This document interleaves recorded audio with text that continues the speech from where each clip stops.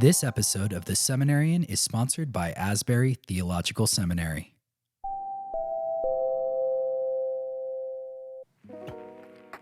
Hey guys, and welcome to The Seminarian, where we talk about seminary life, theology, and the things that form us as Christians. I'm Josh. And I'm Joe. And in today's episode, we're talking about book reviews. Seminarian. Noun. A student in a theological seminary. Duh. Book reviews. So we're going to take book reviews from a couple of categories. We're going to talk about kind of our favorite academic book or our academic book that we recommend, one that we've read recently in seminary that we've been enjoying, kind of just more personal interest books, and then one that we kind of keep coming back to. So first off, Without further ado, here's season 1, the Seminarian book recommendations. I highly recommend this book called The Bible, the Holy Bible. Sorry to be that guy, but we have to.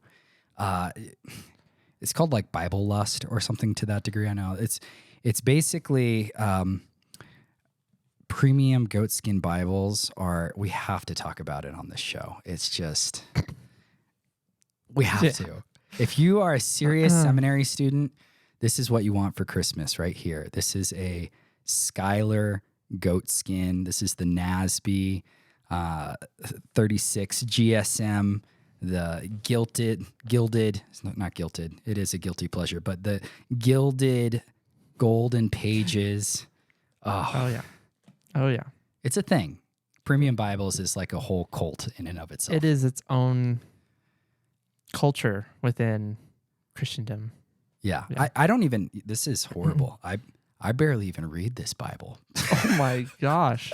I just love, I mean, Talk it's about a confession. I know, to the whole internet. I barely read the Bible. This is it's just so nice. I just don't want to there's another Bible that I'll throw in my bag and it gets kind of. You know, I mean, I have the same Bible, right? Different color and tone, but I mark in it. Yeah. I could never, not in this one. I have mark and I started highlighting. So it took me a while though. Let's see it. Initially you like I'll highlight a little bit and kind of shows up neon on the. Oh, it's like a laser tag Bible. Yeah, exactly. That's pretty cool. Yeah. So, but it took me a while. I mean, at first, when you first get it and you unbox it, it's just like perfect. You don't want to mark it. You don't even want to read it. You keep it in the box when you carry it around. That's right. Yeah. Don't look at it. It's like, don't look at my Bible. How dare you look at it? No, it's so it's supple. You know what I'm saying? Like, I think we're gonna have to change the rating of this, this podcast. It smells so good, dude. Oh gosh, I have issues. Honestly, I mean, it's just like, the tabernacle was covered, in goatskin. That's right. There's something more biblical about goatskin. Biblical. It's biblical. So you can get these, by the way. RP friends out there. There's other premium Bibles. So there's like the Allen Bible. I have one of those. Well, I don't like it as much as Schuyler. Schuyler is the way to go. I think you can get one of these. For quality, for just craftsmanship. Yeah. Top notch. I think it's made in, what is it, like Youngblood? The Netherlands, I think. Or something like that. They've got documentaries on how they make these Bibles. You watch that documentary, you're going to be spending, $250 on a Bible. Yeah. But seriously, though, I think it's worth it. Because some people are like, oh, why would you spend that much on that Bible? I'm like, well, why would you spend so much on your phone? Like you use your phone every day. Well, you're going to use your Bible every day. You might as well get a nice quality Bible that's going to last you years. And if I get to hand this Bible down to my grandkids, that'd be awesome. It's awesome. Yeah. You want a Bible that makes you want to read it. Yeah. Or a Bible that's so nice you don't want to read. I'm going to start reading this one more. It's so pristine and okay. The thing is, though, and with Schuyler's, because I've had other quality Bibles, despite the fact I've had this for several years now and I've read through it multiple times, writing, marking, the quality is still high. It still feels like it doesn't feel like a really used Bible yet. Right. Which is awesome. Yeah, it folds open like for preaching. Mm-hmm. Seriously, sometimes like it's just flat. Yeah. Which is so nice. It comes with 3 ribbons, which is great. For when you're, preaching or doing a Bible study, you're able to reference those places very quickly. Yep. And it is really just, it's got some awesome maps in the back. It's got a few blank pages for notes and stuff like that. But yeah, it's just got that goatskin. I mean, just leather that just is, pick one up today. So that's the first recommendation. Maybe every time we do these recommendation episodes, we'll bring out a new We'll just start with the Bible every single time. premium Bible for you guys to join our covetousness, which is horrible. But okay, the first category, though, is academic book. So kind of, again, these are very arbitrary, big categories, but this is something to the effect of like, this is a scholarly work. It's definitely going to be very informative. It's going to say something assertively. It's high regard in that category. So what was your pick for a book recommendation in the academic category? Yeah. In the academic category, my book recommendation would be, it's called The God of Israel and Christian Theology by R. Kendall Soulen. And you can see it here. Nice. It's a really short book, actually. Not a long read, just under 200 pages. But if you're really interested in biblical narrative and the way that the biblical narrative has been shaped throughout Christian history, this book it's a great introduction for that and also a good critique. So you can kind of hear what might be some of the issues that revolve around biblical narrative, the story of Israel, and how Israel's story fits into the biblical narrative, and yeah. Nice. Mm-hmm. So you would recommend that book for people who want to know maybe more about Israel's role in the biblical narrative? And yeah, it's really good if you're interested, in Israel's biblical role, or just the way the Old Testament and the New Testament fit together as well. Awesome. Yep. Very cool. Okay. I'm cheating a little bit with my academic one, but I'm cheating in 2 ways. It's actually kind of 2 books, but it's 1 book, and that book is the Bible. But you cheater. I know, but here's the deal. This is I was really excited when these came out, and I mean the first one came out. It's called The First Testament. It's a translation by John Goldingay about just trying to use the most literal Hebrew vernacular and translation that's still in English. And so it's interesting because it's going to get... That's a tall order. Yeah, it's going to get all of those subtleties and particularities about Hebrew.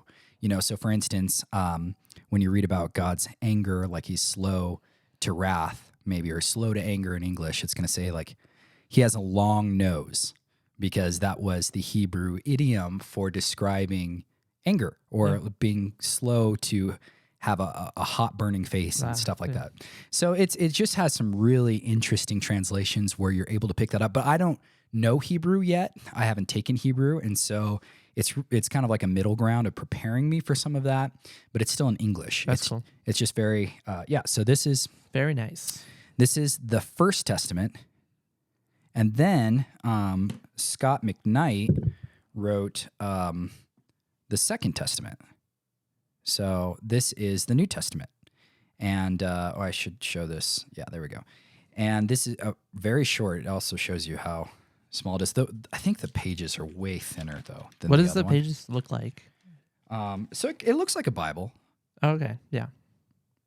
Double column. But, it's going to say Jesus instead of Jesus. It's going to have so it's the most literal Greek. And again, this is one person's translation. So it's not like a team of translators. So, the credibility on that, I mean, these are great authors, great Bible scholars, but it's the attempt is just to try to capture the very particular way that these things that were written that sometimes you lose in English. And it's really cool on this one. I'm also bragging a little bit. I was emailing with Scot McKnight. He and I are besties. Sorry, Joe.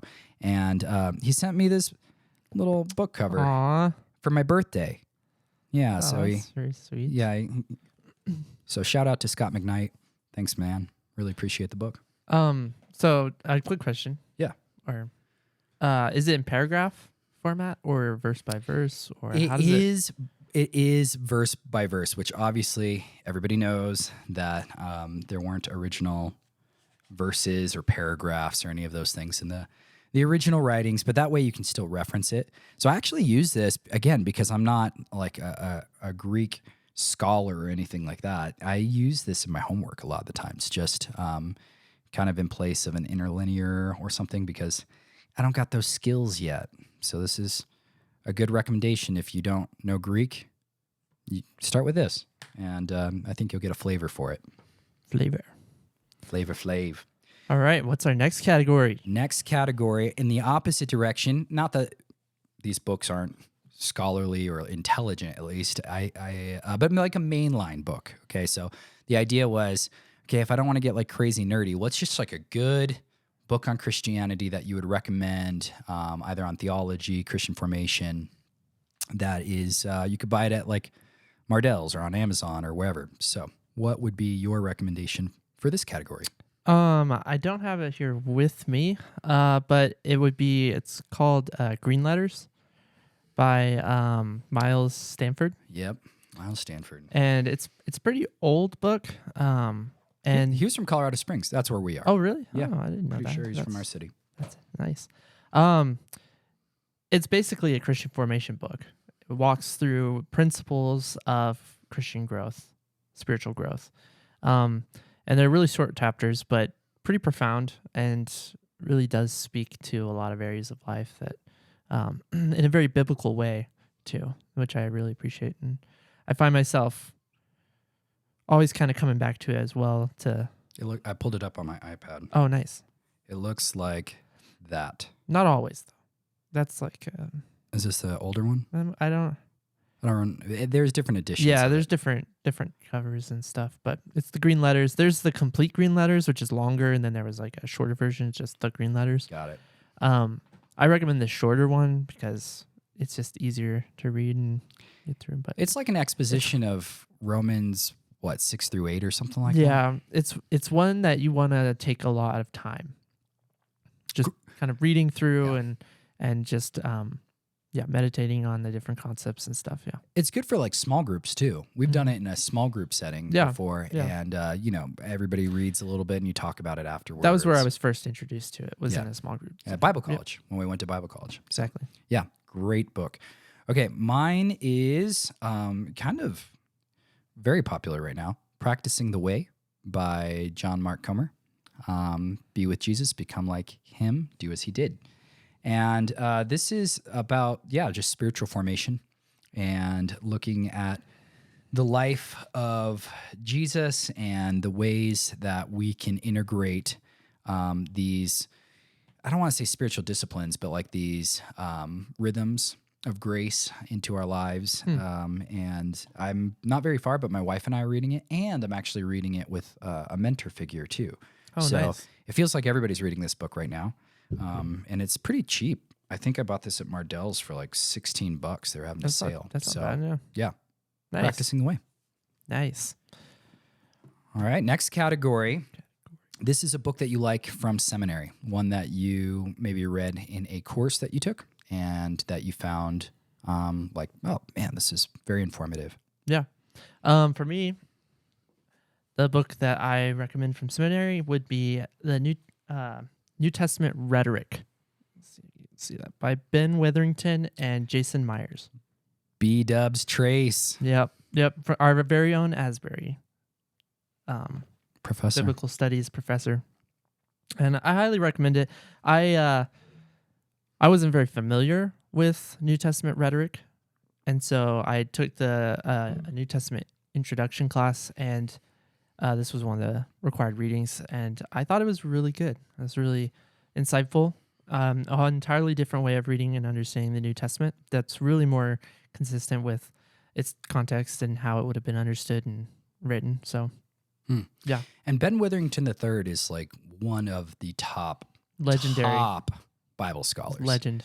I mean, very few people know biblical Greek better, or even as good as him. Yeah. And he's at Asbury. Yeah. Which is awesome. This might be a good spot here. Let me cue the music. Hold on. All right. I get to read an ad. The Seminarian is made possible by our sponsor, Asbury Theological Seminary. That's where we're at. It's a multi-denominational graduate school of theology called to teach the unchanging truth of Christianity. And we have learned so much from our professors at Asbury. And hey, you can too. Did you know that over 80% of incoming students received scholarships last year? I actually just got awarded a scholarship yesterday for the next semester, which is really awesome. Thank you, Asbury. And many students graduate without tuition debt. So discover how Asbury Seminary makes theological education accessible by visiting asburyseminary.edu/seminarian. They even made like a little / for us for the podcast. Yeah, it's nice. I think you don't get a discount if you use, but there's scholarships. There you go. So that's fantastic. All right, I'm turning the music off. All right. Back to book reviews. It was a good ad. It was. We were talking about Ben Witherington III, so I felt like it was a good segue. Good plug. Okay, my book that I recommend that I read last semester from my class, Vocation of Ministry, is this book. Actually, I really recommend it. It's called Ministry in the Image of God. It's by Stephen Siemens, who is a professor at Asbury as well, IVP Publishing. And this is about the Trinitarian shape of Christian service or ministry. And what this book is about is basically that when we think about ministry, it's ministry with God rather than ministry to God. I think that a lot of the ideas here is that our ministry should be a reflection of the Trinity rather than some kind of modern conception of ministry. We need to think of it as abiding and leading others to abide in Him. And honestly, this is high praise, but I feel like if I had read this sooner, it would have, I've been in vocational ministry now for 17 years almost. Wow.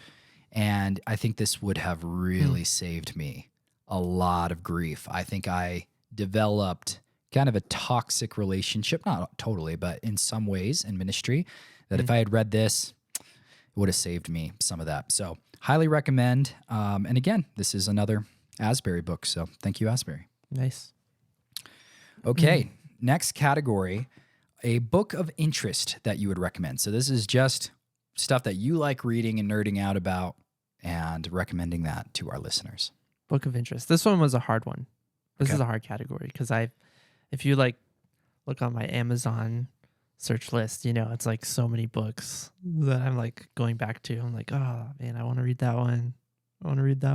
Yep. So it's this is a difficult one for me. And in some ways, I'm like, I'd rather think about it like a certain author that I'd rather read or I'm really interested in reading their stuff. Right. One author in particular is Richard Bauckham. Yeah. All my stuff is I was just reading him yesterday. Academic, nerdy stuff. That's what I like. Yeah. But I really want to read I think it's Gospels as Eyewitnesses. I think I think that's the title. Gospels as Eyewitness. Nice. And he walks through an argument for why we should read the Gospels as eyewitness accounts, as opposed to form criticism, which viewed them primarily as just traditions handed down and so forth, and formed within certain communities and stuff. But I've heard a lot of good things about that book, and awesome. Yeah.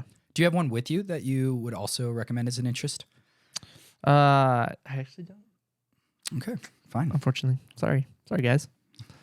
Shame. Okay, I'm in a homiletics program. I love that homiletics is preaching, and I love biographies about great preachers, and I just, the whole field is awesome. So my book of interest is a 2-volume set, and it's called The Legacy of Preaching, Volume 1 and 2.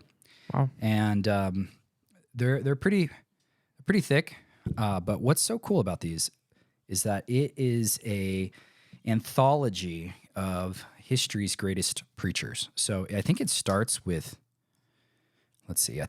Peter. It goes Paul, Peter, Melito of Sardis. You've got Origen, Ephraim, Basil, John, Augustine. So it goes through kind of these history, just chronological.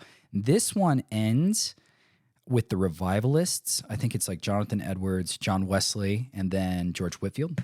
And so then the second one, looking at this now, it picks up, let me see, which I'm in the first one. I haven't gotten the second one yet. It picks up with 19th century European preaching. Wow. I mean, it's got Spurgeon in that first part one. But I mean, I think it's like 50 different preachers in this one. Wow. But then it goes to 19th century North American preachers. So it's got Finney, Philip Brooks, D.L. Moody, Billy Sunday. And then it goes into 20th century preachers, Karl Barth, Dietrich Bonhoeffer, Dr. Martin Lloyd Jones, John Stott, and then North American.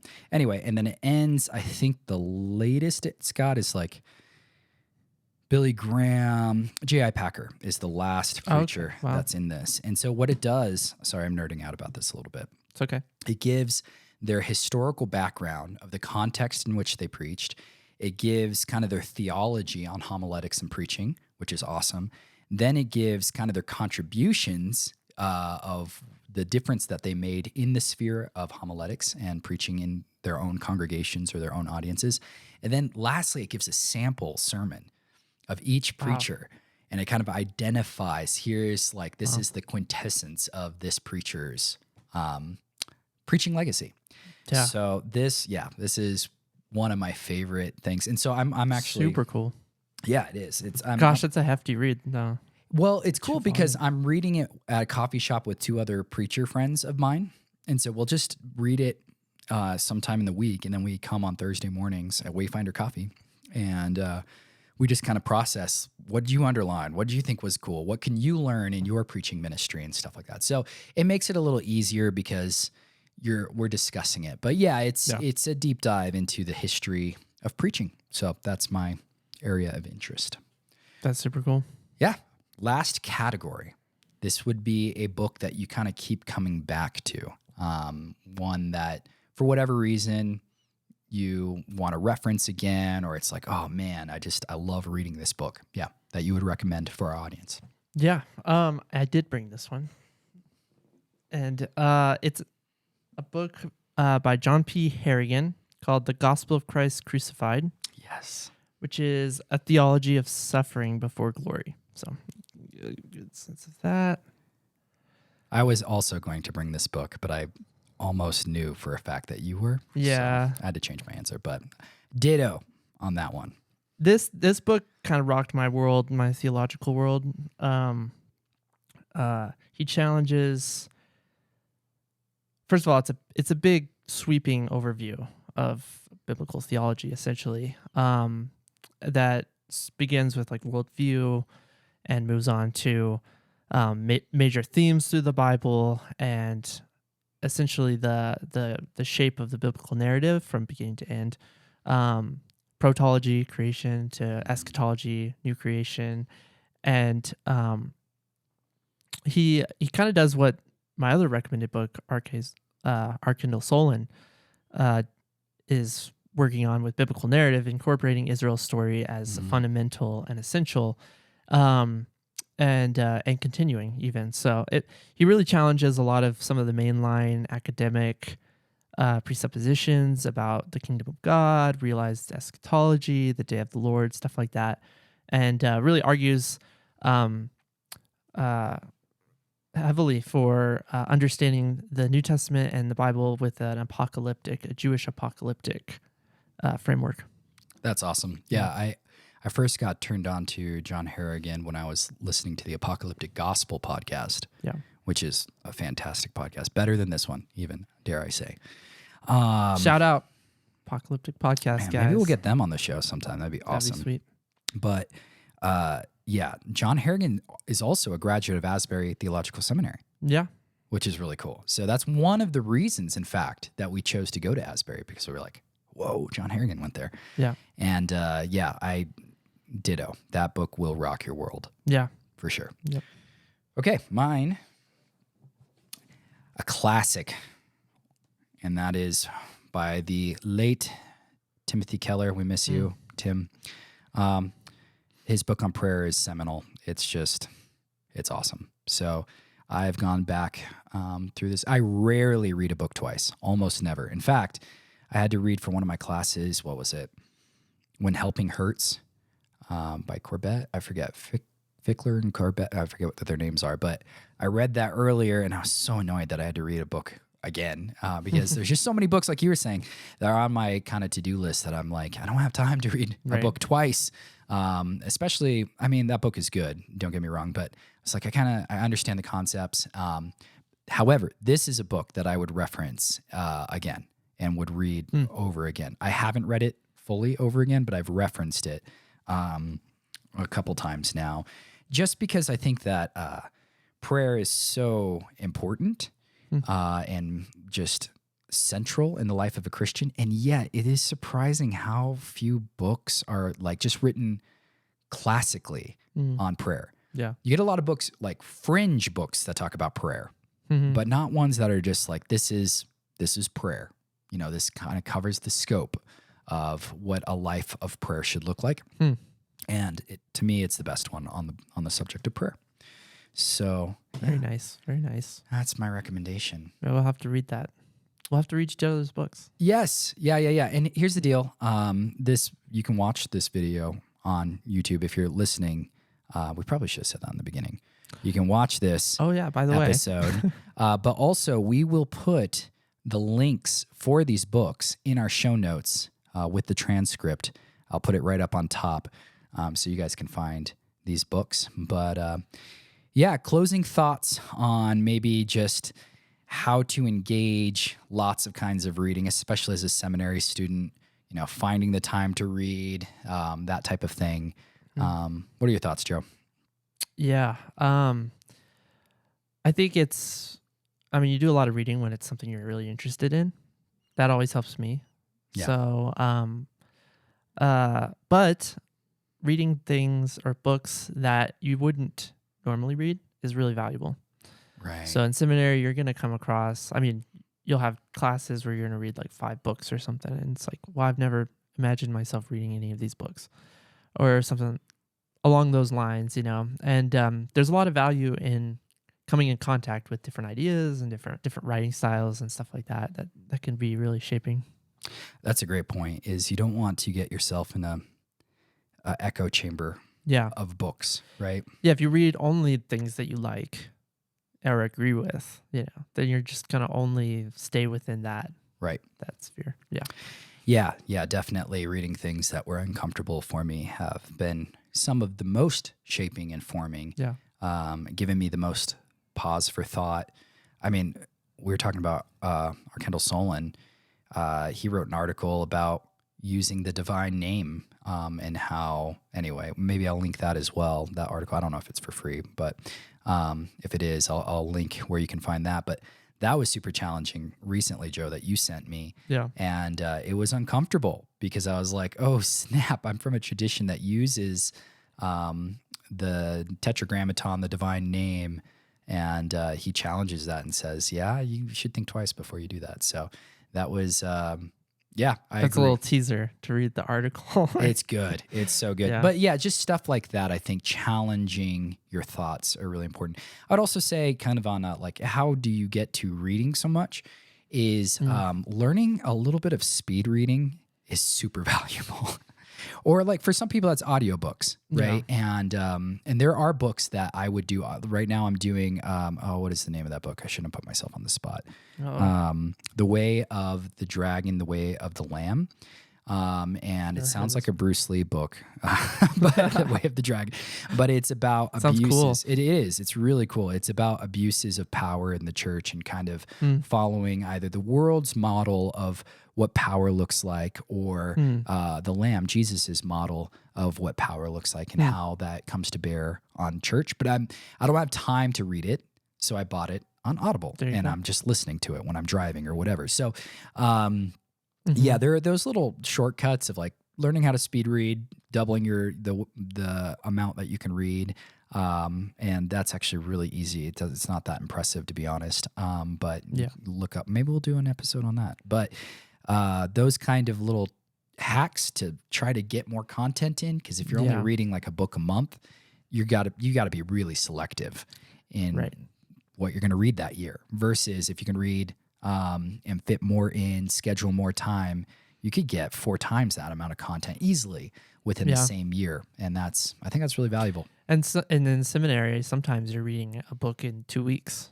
Right. You know, not like huge books, but sometimes smaller books you're reading in a book in 2 weeks. And so, I mean, one recommendation that I would have, and for our generation and the future generations, is we have such an issue with having social media. Yeah. We're on our cell phones a lot. Like that cuts into our time like crazy. Yeah. Way more than we expect until you look at your screen time data on your phone and you're like, I spent 8 hours on my phone this week. That's 8 hours you could spend reading, Totally. You can easily get through books a lot faster if you spend that small amount of time reading. Like, Yeah. Last tip I would give, not a tip as much as just I think a healthy principle that we should all live by, is your reading of other books should not eclipse your reading of the Word of Yeah. God. Yeah. Sometimes have fallen into the bad mental paradigm of like, oh man, I read like 4 Christian books this week. Like that counts as my devotional time or my time Yeah. with the Lord or my time in the Word, and like replacing that. And that's not good. And I knew it wasn't good, but we can easily justify that when, especially you're in seminary and you're reading all of these, like, I'm like, man, I'm doing hermeneutics and the book of Mark. That counts as, no, it doesn't.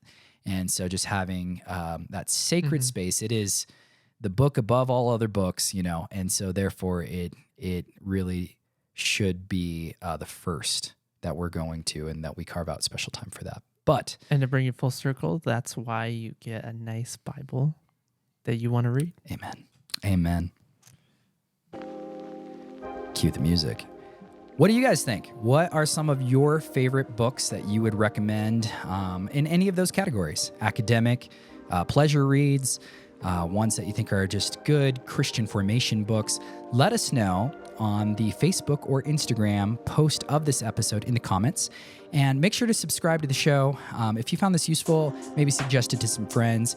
Visit us at our website, seminarian.life. And if you go to this episode, like I mentioned before, in the show notes, we will have all the links where you can purchase these books. We don't get any money from that. It's not an affiliate thing for us. But thanks so much for joining the conversation. We'll see you next time. See you next time.